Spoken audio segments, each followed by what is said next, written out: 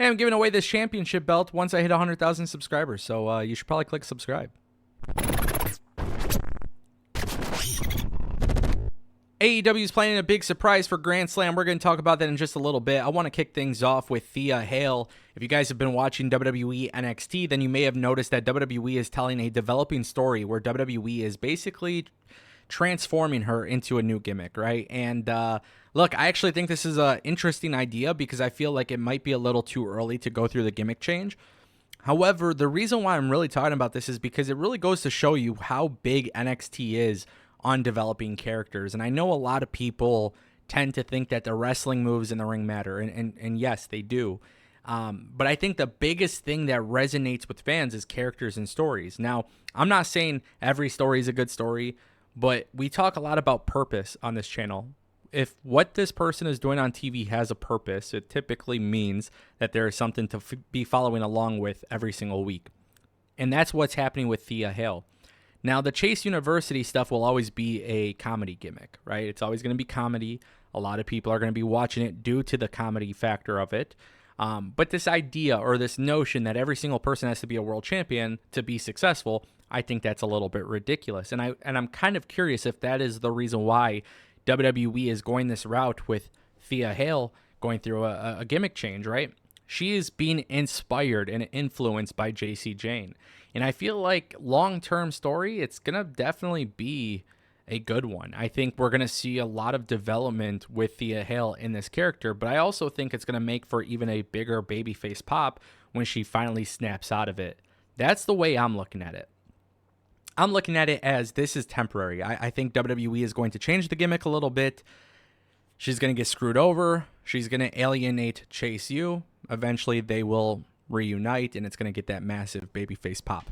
Now, keep in mind, Thea Hale is one of the youngest people in NXT, and she's developed very quickly, and she's getting over relatively fast. I think that's an amazing thing that WWE has done with NXT is that they've experimented with a ton of characters, and some of them are cringy, and some of them are successful, and some of them aren't. But I think what we're starting to realize with NXT is when you're combining good stories and good characters and fun characters, you add a little bit of comedy, you add those 5-star banger matches, you add all of these different things, people will be interested. And I think that's one of the big reasons why NXT continues to grow and continue to improve.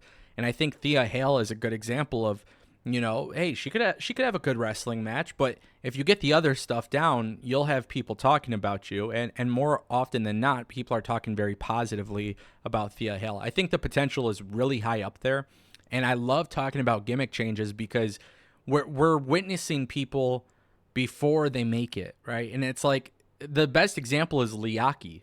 Some of you might have just heard me say this, and you don't even know who that is, but the real ones know. Liaki became Roman Reigns, and Roman Reigns became the head of the table, the tribal chief. So it's cool watching these people progress, and we'll see what works and see what doesn't work. Sometimes things don't work, but that's okay because it's NXT, and they can get away with that.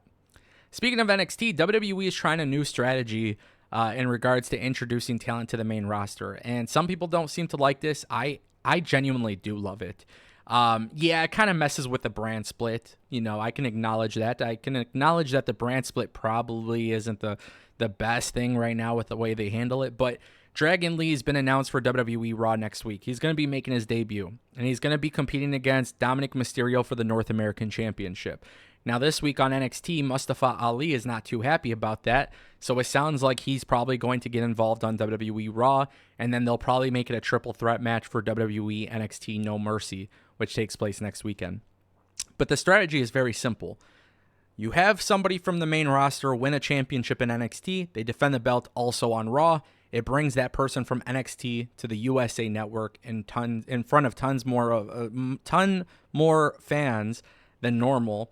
And it kind of gives people an idea to look into what the future holds with WWE. And I think the great thing about Dragon Lee is we all know in NXT, his presentation's been great. He's been presented as a legitimate badass. I do expect him to walk out as North American champion at some point in the near future, whether it's on Raw or No Mercy or whatever it may be. But Dragon Lee going to the main roster really benefits NXT, and it really benefits Dragon Lee. And I think if you're the WWE, you really got to be careful how you book Dragon Lee, right? Because if you have Dragon Lee lose on Raw clean, it doesn't look good whatsoever.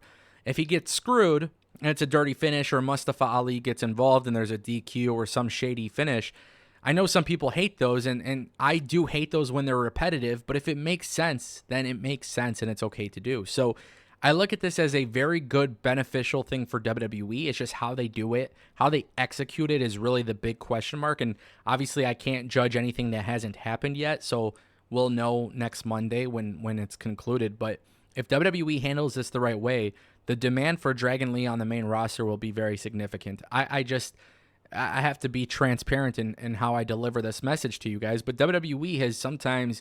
Not sometimes. I mean, for the most part, they kind of suck when it comes to bringing in luchadors, right? We saw what they did with Kalisto, and we saw what they did with Grand Metalik, and we've seen what they've done with pretty much every masked wrestler that wasn't Rey Mysterio. They fall off, they become a comedy character and whatnot, and then it just all goes downhill. And WWE has a bad track record with that. If you want to acknowledge that, you can. If you want to be in denial about it, you can. But the history pretty much shows that when it comes to masked luchadors, WWE tries and then they don't do anything, and they never really get fully invested. And it's tough. I don't think you could create the next Rey Mysterio. I think there's only one Rey Mysterio, but I think there is room for the first Dragon Lee, and that's what I'm hoping WWE does here. It just really depends on how they're booking it. But it's a good strategy, in my opinion. I think it'll work out well, and I'm excited to see what happens. And this brings us to our final video topic of today's video, Edge and Mercedes Mone. Where are they going to be tonight? Well, WWE, they're in a tough spot with Edge because nobody really knows if he's going to be leaving or not. The general consensus is that he is. There are some rumors that lead to his contract already being expired. There are some rumors that he's still signed to WWE. But there is this big belief, there's rumblings on the internet that AEW, continuing tradition of Grand Slam, could potentially be possibly planning a debut.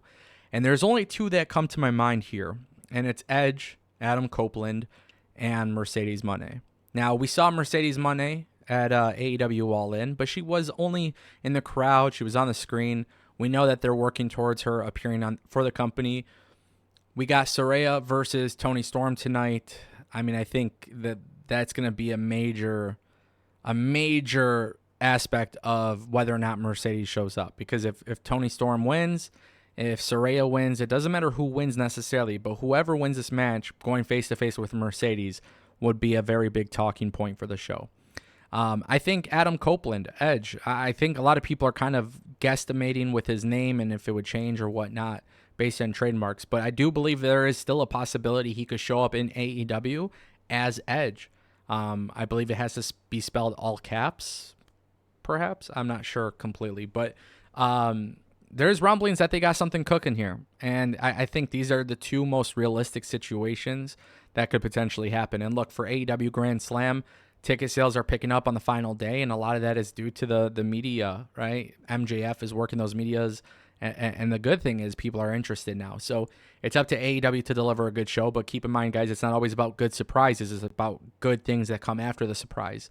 You can do a million surprises and get the quick pop, but if you're not working right on that, like afterwards, if there's no follow-up, if there's a lack of follow-up, it definitely hurts. So yeah, we'll see what happens. Who do you guys think the surprise is?